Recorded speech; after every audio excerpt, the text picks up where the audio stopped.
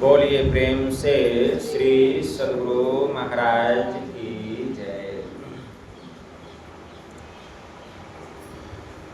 अखंड मंडलाकारं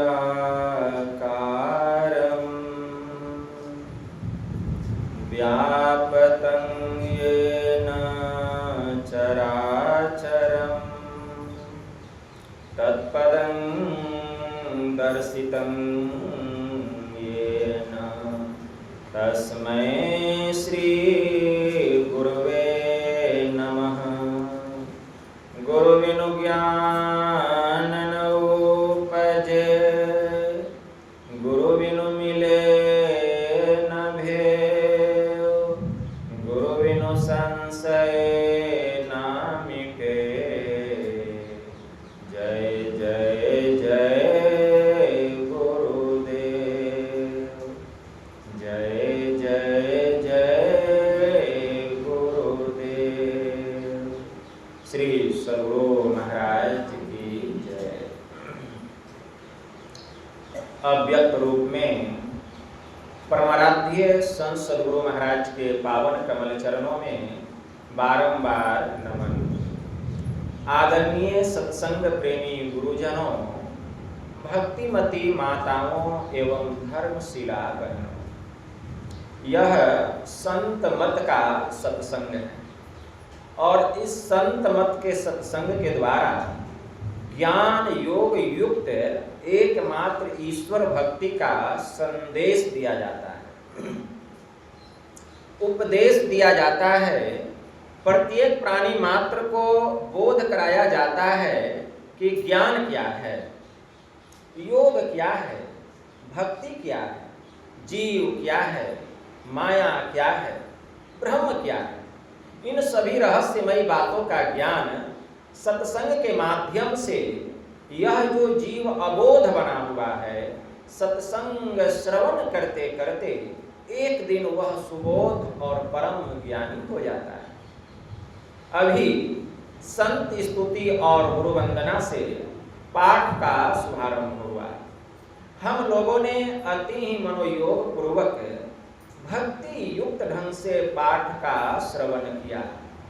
तत्पश्चात श्री रामचरितमानस सार सटीक सप्तम सोपान उत्तर कांड से भी हम लोगों ने पाठ का श्रवण किया। पाठ के क्रम में हम लोग दुर्जनों के स्वभाव के संबंध में सुन रहे थे कि दुर्जन का मतलब असंत का स्वभाव कैसा होता है। भूल करके भी उनकी संगति नहीं करनी चाहिए। संगति जब भी करनी चाहिए संतों की संगति करनी चाहिए। एक घड़ी आधो घड़ी आधो में पुनियाद, कबीर संगत साध के हरे कोटि अपराध। कबीर संगत साध के जौ की भूसी खाए, अखीर खार भोजन मिले, साकट संग न जाए। मतलब एक घड़ी अगर संतों की संगति नहीं हुई तो आधा घड़ी, आधा घड़ी नहीं हुई तो आधों में पुनियाद, उसमें भी आधा, ठीक है ना। अगर इतना क्षण भी संतों की संगति हो जाती है, हमारे जीवन में सत्संग मिल जाता है, तो करोड़ों अपराध परमात्मा हमारा हरण कर लेते हैं, करोड़ों अपराधों को हरण कर लेते हैं। इसलिए संत कबीर साहब ने कहा, कबीर संगत साधु की जौ की भूसी खाए, अखीर खार भोजन मिले, साकट संग न जाए। अगर बहुत सुंदर सुंदर मेवा मिष्ठान खीर पूरी रंग बिरंग का 56 भोग मिल जाए, लेकिन दुर्जनों की संगति नहीं करनी चाहिए। लेकिन अगर जौ की भूसी खाकर रहना पड़े और संतों की संगति मिल जाए तो संतों की संगति कर लेना चाहिए, संतों की संगति कर लेना चाहिए। इसलिए हमारे परमाराध्य कहने की कृपा किए कि सब संतन की बड़ी बलिहारी, सब संतों की बलिहारी। क्योंकि संत जो होते हैं सब एक होते हैं, कोई बड़े और कोई छोटे नहीं होते। बहुत लोग कहते हैं ये बड़े हैं, ये उच्च कोटि के हैं। संत जितने हो गए, जिसमें संत लग गया वे सब एक हो गए।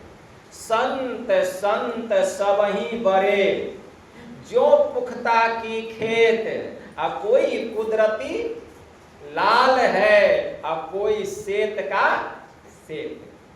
मतलब संत कबीर साहब कहते संत संत सब ही बड़े, जितने महापुरुष हो गए सब बड़े हैं। लेकिन अंतर क्या है? अंतर क्या है? तो संत कबीर साहब ने कहा कोई कुदरती लाल है, कोई ऊपर से ही लाल बन करके आए हैं। कोई कुदरती मतलब परमात्मा के तरफ से ही लाल बन करके आते हैं, और कोई यहाँ आ करके लाल बनते। क्या समझे? कोई ऊपर से ही लाल बन करके आते हैं, और कोई यहाँ लाल बनते हैं। लेकिन संत तो सब एक है, जे पहुँचे ते कही गए, तिनकी एक ही बात, सब सयाने एक मत, तिनकी एक ही जात। जाति पाति पूछे नहीं कोई, हरि को भजे सो हरि को कोई। इसलिए संतों की संगति करना चाहिए, संतों की संगति करना चाहिए। लेकिन संतों की संगति तो करना चाहिए, लेकिन सबको संतों की संगति मिलती नहीं है, मिलती नहीं है। बहुत ऐसे भी भक्त होते हैं जो कि आतुर रहते हैं, व्याकुल रहते हैं, कब हमको संत मिलेंगे, कब हमको सत्संग सुनने को मिलेगा। ऐसे भी भक्त होते हैं, लेकिन मिलता नहीं, मिलता नहीं। क्यों नहीं मिलता है? पुण्य पुंज बिनु मिलहि न संता, सत्संगति संस्कृति कर अंता। जब तक पुण्य का विशाल पुंज जमा नहीं होगा, जब तक पुण्य की विशाल राशि जमा नहीं होगी, हम मानवों को संतों का दर्शन और हमारे जीवन में सत्संग मिलने वाला, सत्संग होना चाहिए। प्रवचन तो सब लोग करते हैं, बहुत लोग करते हैं, लेकिन प्रवचन का मतलब क्या है? गुरु महाराज कहा करते थे कि जिस सत्संग में बिंदु और नाद की चर्चा नहीं हो, वह प्रवचन नहीं कहलाकर परवंचना कहलाती है। परवंचना, ठीक है ना? जिस सत्संग में बिंदु और नाद की चर्चा नहीं हो, क्योंकि बिंदु जो है परमात्मा का बायां हाथ है और नाद जो है परमात्मा का दाहिना हाथ है। जो परमात्मा का बायां और दाहिना दोनों हाथ को पकड़ लेते हैं, परमात्मा उसको अपने गोद में बिठा देते हैं। और जब सत्संग में बिंदु और नाद की ही चर्चा नहीं होगी, तो बायां और दायां हाथ जो परमात्मा का है वह पकड़ में कैसे आएगा? तो उनके गोद में हम कहां से बैठे रहेंगे, कहां से बैठे रहेंगे? इसलिए जिस सत्संग में बिंदु और नाद की चर्चा नहीं होती है, वह प्रवचन नहीं कहलाकर प्रवंचना कहलाता है। उससे हमारा कतई भी कल्याण होने वाला नहीं है। आज देख लीजिए कितना प्रवचन हो रहा है, कितना सत्संग हो रहा है, लेकिन बिंदु और नाद की चर्चा सुनने को मिलता है? चले जाइए, कहीं भी चले जाइए, बिंदु और नाद की चर्चा कोई सुना दे, इतना भी पता नहीं कि बिंदु किसको कहते हैं, नाद किसको कहते हैं, सुना दे? है पावर? खूब कथा कहानी लंबा चौड़ा सुना देंगे, लेकिन बिंदु और नाद का कुछ भी जाने शून्य है। बिंदु क्या है, नाद क्या है, जानना चाहिए। तो थोड़ा सा मैं उस पर फोकस डालता हूं। बिंदु किसको कहते हैं, ध्यान से सुनिए। बिंदु वह महीन से महीन चिन्ह, वह महीन से महीन चिन्ह, समझ रहे हैं हम क्या कह रहे हैं? वह महीन से महीन चिन्ह जिसका स्थान है लेकिन परिमाण नहीं है, उसको बिंदु कहते हैं। बिंदु किसे कहते हैं? वह महीन से महीन चिन्ह जिसका स्थान है लेकिन परिमाण नहीं है। परिमाण मतलब उसमें न लंबाई है न चौड़ाई है, न मोटाई है, न गहराई है, न ऊंचाई है, उसी को हम लोग बिंदु कहते हैं। अगर पेंसिल के महीन नोक से, पेंसिल के एकदम महीन नोक से अगर एक कोरा कागज पर उस पेंसिल को केवल सटाया जाए तो जो बिंदु प्रकट होगा उसमें भी कुछ न कुछ मोटाई हो जाएगा, उसमें भी कुछ न कुछ मोटाई हो जाएगा, गहराई ऊंचाई हो जाएगा। इसीलिए वह बिंदु महीन से महीन पेंसिल के नोक से कागज पर प्रकट नहीं किया जा सकता। तो बाहर में जो बिंदु है वह तो काल्पनिक बिंदु है, वह वास्तविक बिंदु नहीं है, वह वास्तविक बिंदु नहीं है, ठीक है ना, वास्तविक बिंदु नहीं है। और बिंदु को जानने के पहले हमको रेखा को जानना पड़ेगा, रेखा को जानना पड़ेगा, क्योंकि दो रेखाओं का मिलन स्थान एक बिंदु कहलाता है। ध्यान से सुनिएगा, दो रेखाओं का मिलन स्थान एक बिंदु कहलाता है। अब प्रश्न उदित होता है, रेखा किसे कहते हैं? तो हम रेखा गणित में पढ़ते हैं कि जिसमें केवल लंबाई हो, मोटाई चौड़ाई गहराई कुछ भी नहीं हो, जिसमें केवल लंबाई हो उसी को हम रेखा कहते हैं। और दो रेखाओं का मिलन स्थान बिंदु कहलाता है।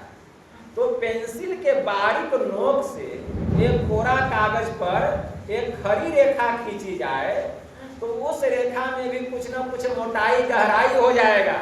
इसलिए रेखा भी पेंसिल के बारीक नोक से बाहरी कोरा कागज पर नहीं खींचा जा सकता। तो बाहर की जो रेखा है वह काल्पनिक रेखा है, वह वास्तविक रेखा नहीं है। तो वास्तविक रेखा है क्या? क्योंकि जब तक दो रेखाओं का मिलन नहीं होगा बिंदु प्रकट नहीं होगा। दो रेखाएं जहां जाकर के मिलती है वहां जो चिन्ह प्रकट होता है उसी को बिंदु कहते हैं। तो बाहर में ऐसा रेखा नहीं बनाया जा सकता। तो अब मन में जिज्ञासा होता है कि वह रेखा क्या है, वह बिंदु क्या है? तो वह रेखा जो है हमारी आंख से निकलने वाली दृष्टि की धार, हमारी आंख से निकलने वाली दृष्टि की धार है। आप रेखा की परिभाषा सुने कि रेखा किसे कहते हैं? जिसमें केवल लंबाई हो। आप पेंसिल से कितना लंबा रेखा खींचेंगे? कितना लंबा? इस आंख से निकलने वाली जो दृष्टि की धार है इसी को रेखा कहा गया। इस दृष्टि से हम चंद्रमा को देख लेते हैं, सूर्य को देख लेते हैं, सितारों को देख लेते हैं। कितनी लंबाई है? इस दृष्टि में कितनी लंबाई है? इतना बड़ा कोई रेखा खींच लीजिएगा धरती से लेकर सूर्य तक का, लेकिन इसमें मोटाई चौड़ाई गहराई कुछ भी नहीं है, केवल लंबाई है। इस कारण हम आंख को तो देख लेते हैं लेकिन आंख से निकलने वाली जो दृष्टि की धार है उसको नहीं देख पाते। देख पाते हैं? आंख को देखते हैं लेकिन आंख से निकलने वाली जो दृष्टि की धार है उसको नहीं देख पाते हैं। लेकिन दृष्टि आंख को नहीं कहते हैं, ये सोचने की बात है। दृष्टि आंख को नहीं कहते हैं बल्कि आंख में जो देखने की ताकत है, जो शक्ति है उसी को दृष्टि कहते हैं। किसी को देखे होंगे, कोई अंधा है, उसका दोनों आंख दिखाई देगा, लगता है कि देख रहे हैं लेकिन उसकी नाड़ी सूख गई है, उसको कुछ नहीं दिख रहा है। तो क्या दृष्टि आंख को कहा गया? आंख तो है लेकिन दिखाई नहीं दे रहा। वो दृष्टि किसको कहा गया? आंख में जो देखने की शक्ति है उसी को दृष्टि कहते हैं। और इतना वो सूक्ष्म है, इतना बारीक है कि वह दिखाई नहीं देता है। लेकिन इसी दृष्टि से सूर्य चंद्रमा सितारों को हम देख लेते हैं। तो दोनों आंख से निकलने वाली जो दृष्टि की धार है इसी को रेखा कहा गया। अब दो रेखाओं का मिलन स्थान क्या होता है? एक बिंदु कहलाता है। यह मैं ब्रह्म विद्या बतला रहा हूं, ब्रह्म ज्ञान। लेकिन हम रेखा गणित में यह भी पढ़ते हैं कि समांतर रेखाएं जो होती है वह आपस में कभी मिलती नहीं। बहुत लोग हमको कहते हैं बाबा यह ज्ञान क्या सुनाते हैं, घास करने वाला खुरपी चलाने वाला उसको समझ में आएगा? ये जो ज्ञान सुनाते हैं सबको समझ में नहीं आएगा। तो हम कहें अगर हम यही जान ले कि समझ में नहीं आएगा और नहीं सुनाए तो वह कभी नहीं समझेगा। कभी समझेगा?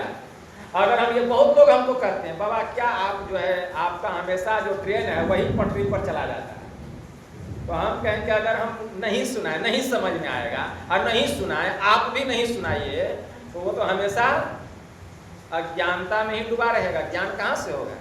लेकिन अगर सुनाएंगे सुनते सुनते सुनते सुनते उसको समझ में आने लगेगा और जब समझ में आएगा तो वह विषय से निर्विषय की ओर जाएगा, मतलब वह संसार से परमार्थ की ओर जाएगा, ईश्वर की भक्ति की ओर जाएगा। सुनते सुनते ना बहुत गहरा विषय गूढ़ विषय है, गूढ़ विषय। आप चले जाइए सुनने को नहीं मिलेगा यह ज्ञान जो मैं बता रहा हूं, सुनने को नहीं मिलेगा। तो हम रेखा गणित में पढ़ते हैं कि समांतर रेखाएं आपस में कभी मिलती नहीं है। अच्छा इतना जो बात हम बताएं तो क्या समझ में नहीं आया? हम जो अभी इतनी बात बताएं समझ में आया कि नहीं? समझ में आया। जो नहीं समझे होंगे धीरे धीरे समझ जाएंगे। तो समांतर रेखाएं जो है वह आपस में कभी मिलती नहीं है। तो समांतर रेखा कहते किसको है? आमने सामने की रेखा। जैसे एक रेखा हम कागज पर खींचे और उसी के सामने दूसरा रेखा खींच दिए तो समांतर मतलब एक दूसरे के समांतर। जैसे ये मेरा घर है और सामने में आपका घर है तो समांतर। तो समांतर रेखाएं आपस में कभी मिलती नहीं है, कभी नहीं मिलती है। लेकिन हमारी जो दृष्टि की जो धार है ये भी समांतर रेखा में गमन कर रही है। गमन करना मतलब चलना। आमने सामने की रेखा इस आंख के सामने इस आंख है और इससे जो दृष्टि की धार निकल रही है तो ये समांतर रेखा है। और समांतर रेखाएं आपस में कभी मिलती नहीं है।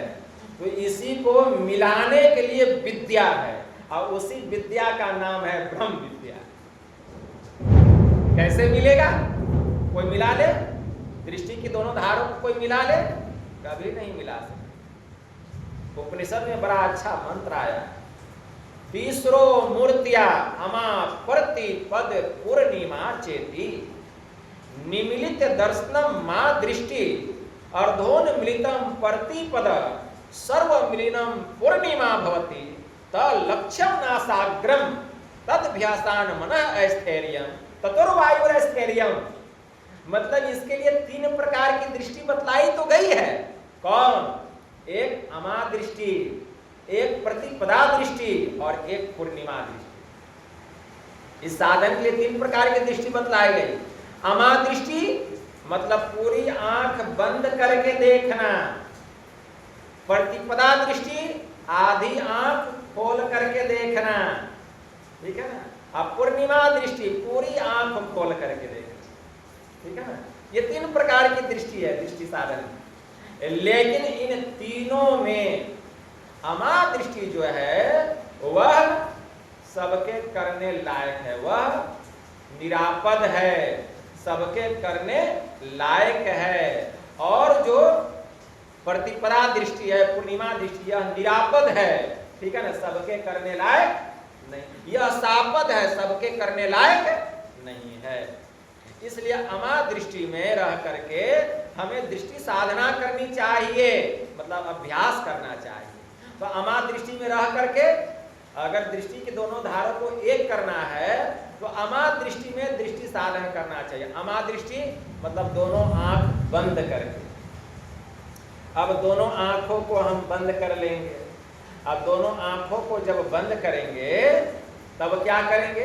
तो सुनिए, यह जो विद्या है, यह जो विद्या हम आप लोगों को बता रहे हैं, योग विद्या कहिए, ब्रह्म विद्या कहिए, यह कब से है इस दुनिया में इसका कोई पता नहीं बता सकता। यह कब से है? जब से सृष्टि है तब से तो है ही, और जब सृष्टि नहीं था तब भी यह विद्या था, ब्रह्म विद्या, तब भी यह था। ठीक है ना, यह किसी व्यक्ति विशेष का बनाया हुआ ज्ञान नहीं है, यह ईश्वरीय ज्ञान है। कोई कहे कि यह मेरा विद्या है, नहीं, यह परमेश्वर का विद्या है, यह ब्रह्म विद्या। ब्रह्म विद्या मतलब परमात्मा का ज्ञान। एक तरफ शब्द लिखिए ब्रह्म विद्या, और दूसरा तरफ उसका अर्थ लिखिए, क्या होगा? ब्रह्म ज्ञान, मतलब परमात्मा का ज्ञान। तुम्हारा ज्ञान कहां से हो गया? किसी व्यक्ति का ज्ञान हुआ, वह तो परमेश्वर का ज्ञान हो गया। तो यह जो ब्रह्म ज्ञान है, यह अत्यंत प्राचीनतम ज्ञान है। ठीक है ना, वेद पुराण संत मत भाखो, यहाँ न कछु पक्षपात राखो। गोस्वामी जी ने मानस में भी लिखा, यहाँ न कछु पक्षपात राखो, अब वेद पुराण संत मत भाखो। ठीक है ना, मतलब संतों के शरण में जाओ, यह ज्ञान प्राप्त करो। वेद में पुराण में तो यह ज्ञान भरा हुआ है, लेकिन पंडित बतला देगा। वेद पुराण तो पंडित पढ़ लेता है, लेकिन मजाल है उसका भेद बतला दे। अरे पंडितों का वेद और संतों का भेद, मतलब पंडित वेद पढ़ता है और संत उसका भेद बतलाता है। पंडितों का वेद और संतों का भेद। पंडित वेद पढ़ लेगा, उसका भेद बतला दे, वेद नहीं बतला पाएगा इसका रहस्य। इस पर से पर्दा कौन हटाते हैं? संत हटाते हैं। अभी पर्दा हट रहा है ना, धीरे धीरे। अभी जो ज्ञान सुन रहा है, ये पर्दा हट रहा है। अभी देखिए कितना पर्दा हटेगा इस पर, कितना पर्दा पड़ा हुआ है इस ब्रह्म ज्ञान पर, कितना पर्दा पड़ा हुआ है। अभी सब पर्दा हटेगा धीरे धीरे। तो यह जो ब्रह्म विद्या अत्यंत प्राचीनतम ज्ञान है। ठीक है ना, कहा जाता है कि भगवान शिव जी के पास से यह ज्ञान निकला। भगवान शिव के पास से यह ब्रह्म विद्या निकला। जब शिव जी के पास से निकला तो शिव का मतलब भी समझना पड़ेगा। शिव शरीरधारी को नहीं कहा गया, शिव का मतलब ही है परमेश्वर, परमात्मा। ठीक है ना, निर्गुण निराकार से भी जो परे की सत्ता है, जो परम तत्व है, उसी को शिव कहा गया। इसीलिए उपनिषद में मंत्र आया है। उपनिषद में मंत्र क्या आया है? उपनिषद में मंत्र आया है कि हम बाहर की ओर क्यों चल रहे हैं, हम अपने भीतर की ओर चलें। ठीक है ना, अपने भीतर की ओर चलें, क्योंकि तीर्थे दाने जपे यज्ञ काष्ठे पसानके सदा शिवम पश्यति मूढ़ात्मा शिवे देहे प्रतिष्ठिते।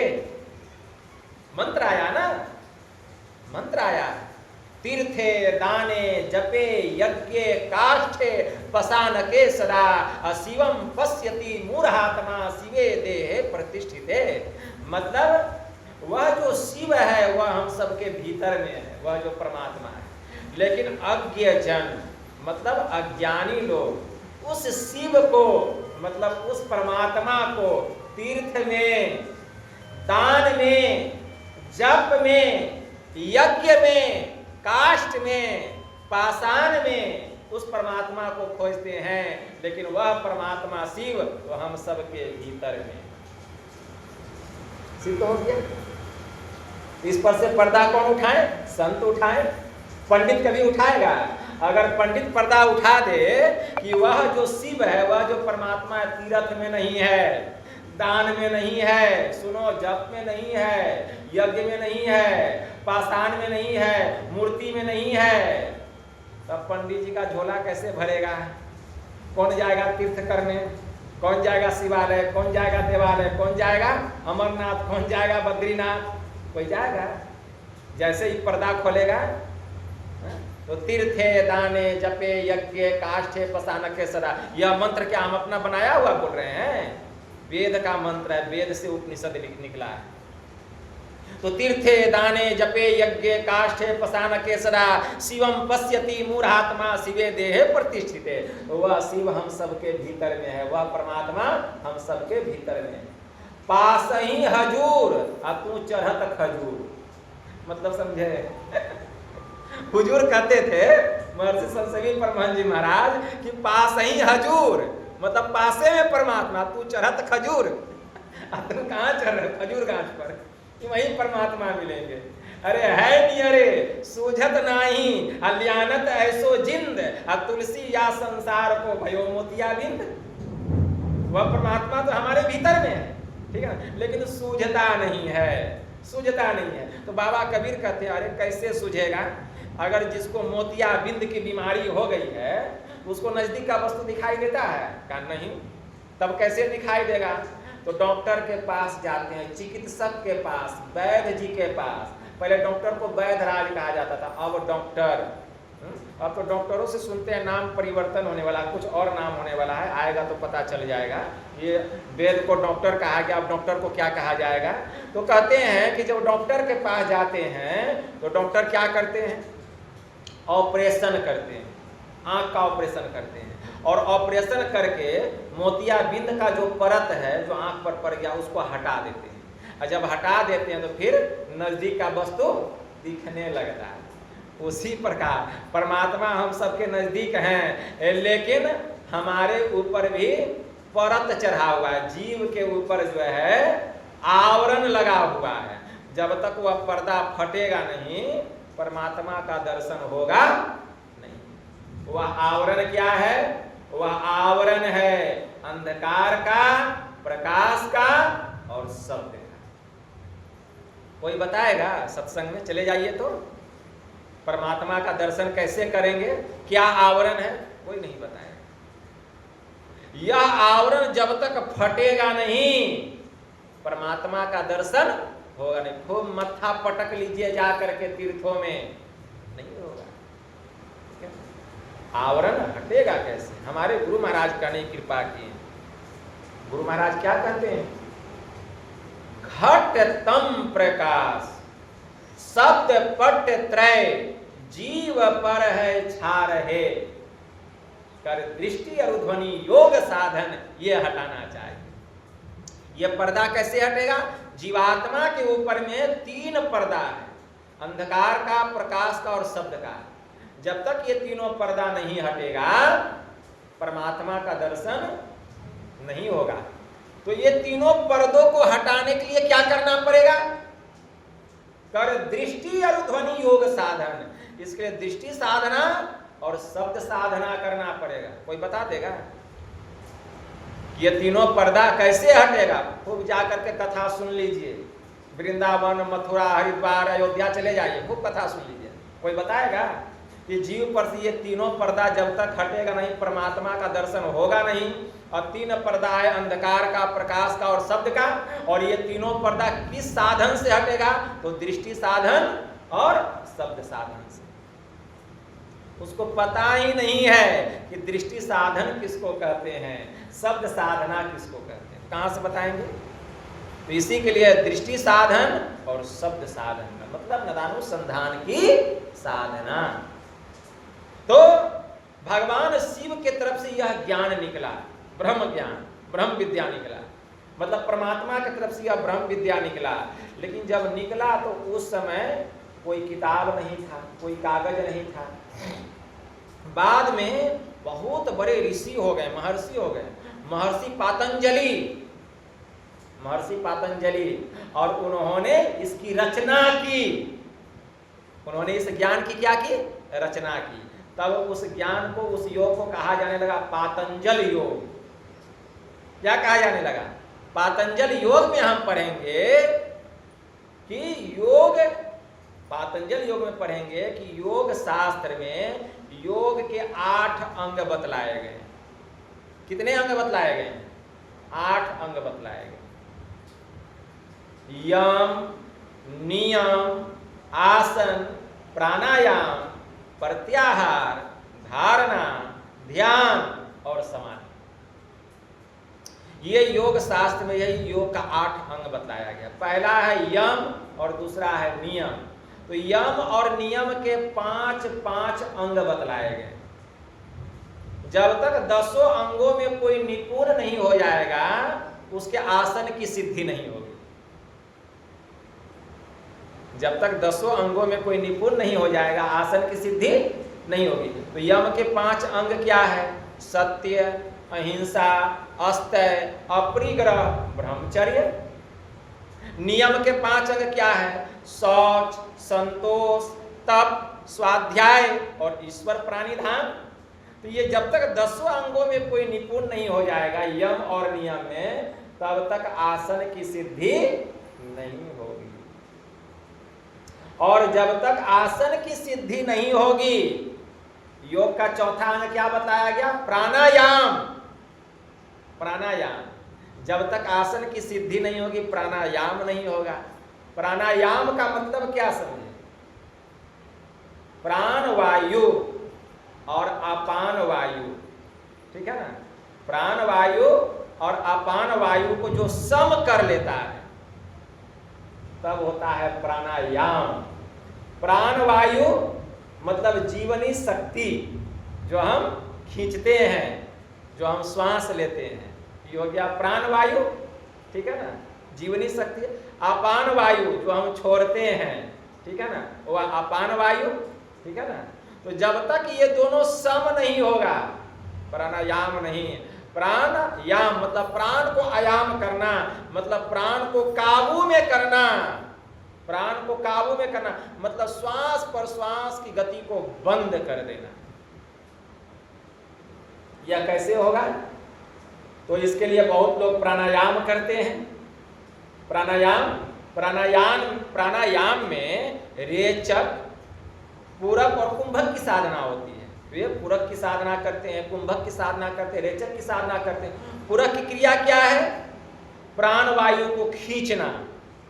जो हठ योगी होते हैं, जो प्राणायाम करते हैं, वे प्राण वायु को खींचते हैं। तो जितना देर खींचने में हम लगाएं श्वास, ध्यान से सुनिए, जितना देर श्वास को खींचने में हम लगाते हैं उससे 4 गुना अधिक श्वास को भीतर में रोक करके रखना है।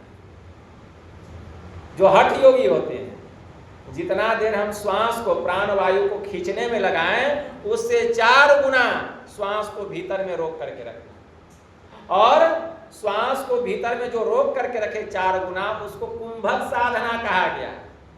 और श्वास को खींचने में जो हम समय लगाएं उसको पूरक साधना कहा गया।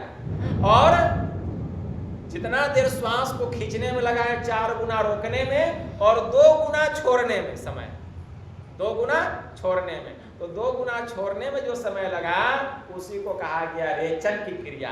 इसी को कहा गया पूरक, कुंभक और रेचक की साधना। इससे जो हठ योगी होते हैं वे अपने प्राण का आयाम करते हैं, मतलब प्राण को बस में करने का अभ्यास करते हैं।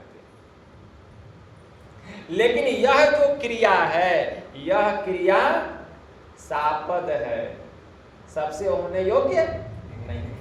इसमें अभ्यासी की जान तक जा सकती है। क्यों? हम प्राण वायु को खींचने में जितना देर लगाएं तो 4 गुना रोकने में और 2 गुना छोड़ने में। हमारी हृदय के जो तंतु होते हैं बहुत कोमल होते हैं।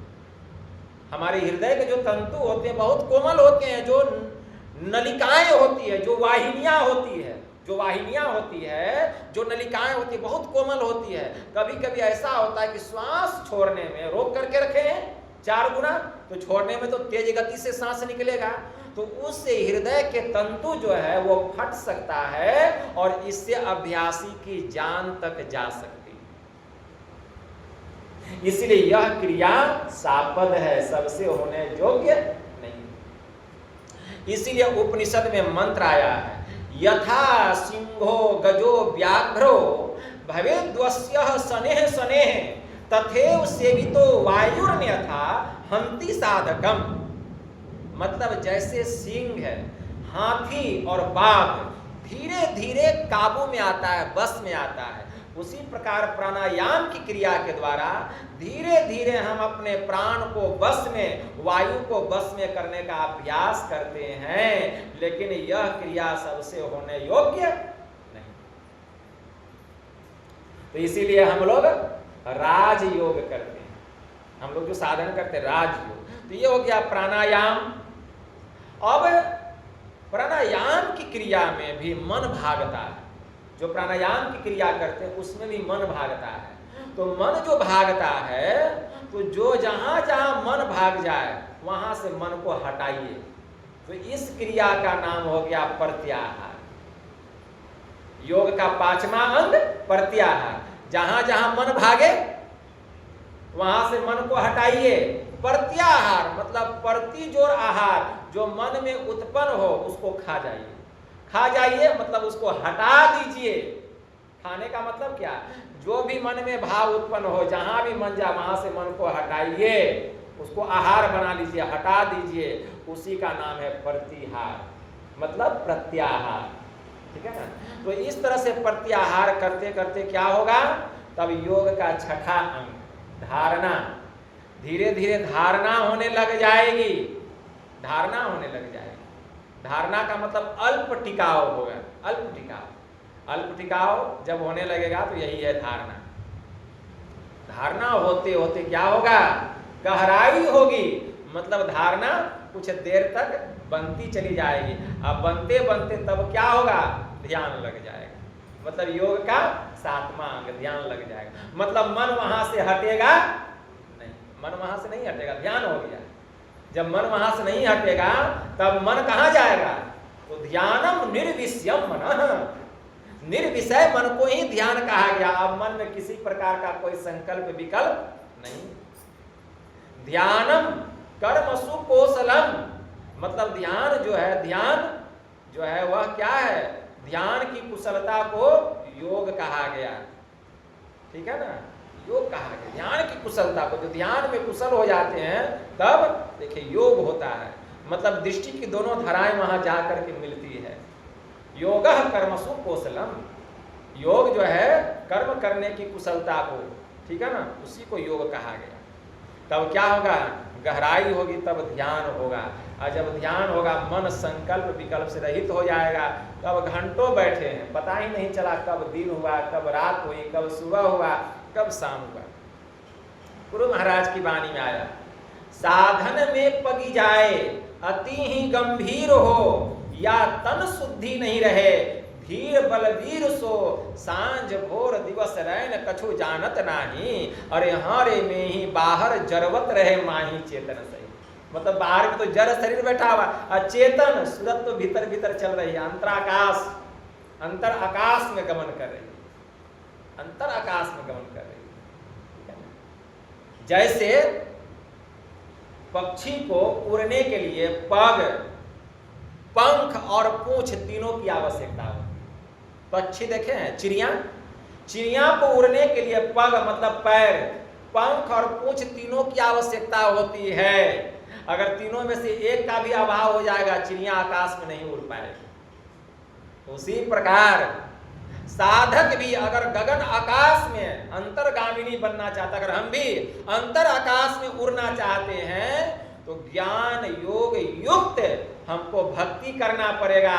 तब हम भी गगनगामिनी हमारी सूरत आकाश में उड़ना शुरू कर देगी। देखिए सूरत कैसे आकाश में उड़ती है। गुरु महाराज की वाणी में आया, दौ नैन नासा मध्य सन्मुख, सुई अग्र दर ले लही, तम फटे ज्योति भरे, तब आकाश की तू सैर कर।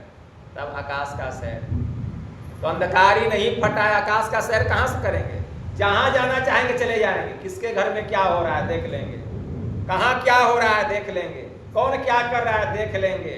लेकिन जो संत महात्मा होते हैं संसार में अपनी दृष्टि नहीं लगाते हैं। वो उनका तो लक्ष्य परमात्मा है, वहां जाना है। हमको किसी के घर थोड़ी जाना है, हमको दिल्ली अमेरिका थोड़ी जाना है। कौन क्या कर रहा है, हमको कहाँ जाना है? परमात्मा के पास जाना है। ठीक है, तब ज्ञान योग युक्त ईश्वर की भक्ति करने से हम भी अपने अंतर रूपी आकाश में उड़ान भरने लगेंगे। हमारी सूरत जो है गगनगामिनी हो जाएगी, ब्रह्मांड की सैर करेगी, आकाश की तू सैर कर। तब देखिए क्या आनंद है। वह आनंद संसार में है, सुख है। संसार के सुख को भूल जाएं। संसार का सुख सूखे हुए सर्प के समान दिखाई देगा, सूखे हुए तृण के समान दिखाई देगा। यह जब ज्ञान होने लगेगा, यह है ध्यान, इसको कहा गया ध्यान। और जब ध्यान होते होते तब क्या होता है, समाधि लग जाता है।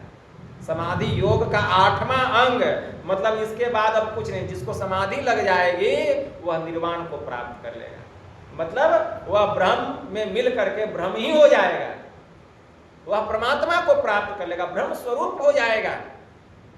अब उसको करने के लिए कुछ भी नहीं बचा, समाधि लग गई उसमें। तो यह योग का 8 अंग बतलाया गया। तो एक एक करके स्टेप बाय स्टेप थोड़ा थोड़ा व्याख्या हम आप लोगों को सुनाएं। अगर ये हम नहीं सुनाएंगे तो आप लोगों को ज्ञान कैसे होगा? हम खूब राजा रानी का कहानी सुना दें तो उससे क्या होगा? ये ज्ञान जो सुने तो जीव के भीतर में संस्कार जगा, जीव के मन में वैराग्य हुआ, ज्ञान हुआ। अब मन में प्रेरणा होगी जीव की कि नहीं, हम भी यह काम करेंगे, हम भी यह काम करेंगे। घर जाएंगे, यहाँ से शाम का समय हो गया, बाबा ऐसी ऐसी बात सुना रहे थे, अच्छी अच्छी ज्ञान ध्यान की बात, पैर हाथ धोएंगे। तो जिज्ञासा कैसे हुआ? सुनने के बाद ना।